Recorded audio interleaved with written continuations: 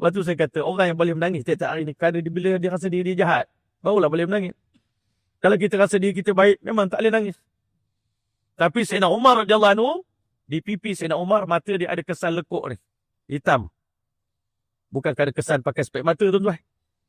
Hitam ni hitam sebab buff spek mata adalah lambang hitam kat situ. Sayyidina Umar lekuk kat sini kerana kesan tangisan. Sayyidina Abdullah bin Abbas radhiyallahu anhu, pakar tafsir di kalangan umat ini, semua guru-guru tafsir adalah anak murid Sayyidina Abdullah bin Abbas. Dia menangis sampai buta matanya.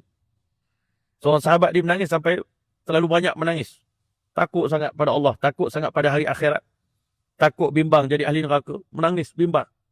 Sampai tabi'in tengok dia. Dia pun tegur. Boleh jadi korang ni terkejutlah tengok kami ni asyik menangis je pada sahabat Nabi ni banyak menangis. Pada korban untuk agama dah banyak. Jasa pada agama semua besar-besar tapi masih takut pada Allah Ta'ala. Sayyidina Umar bin Al-As radhiyallahu anhu dekat nak mati, menangis pandang dinding. Ya Allah, Abah, kata anak dia, menangis apa lagi Abah? Nabi dah cakap Abah calon ahli syurga. Memang Nabi cakap begitu. Tapi Abah pernah jadi pemimpin.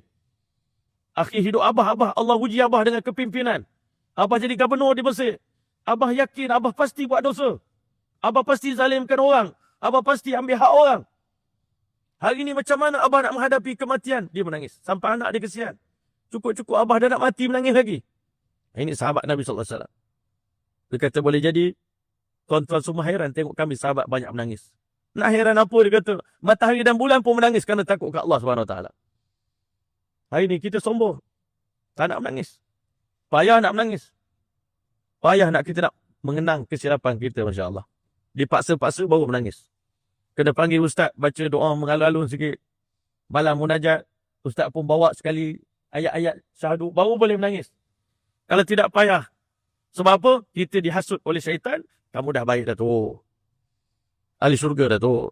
Yalah betul lah tadi ustaz cakap pun ahli syurga.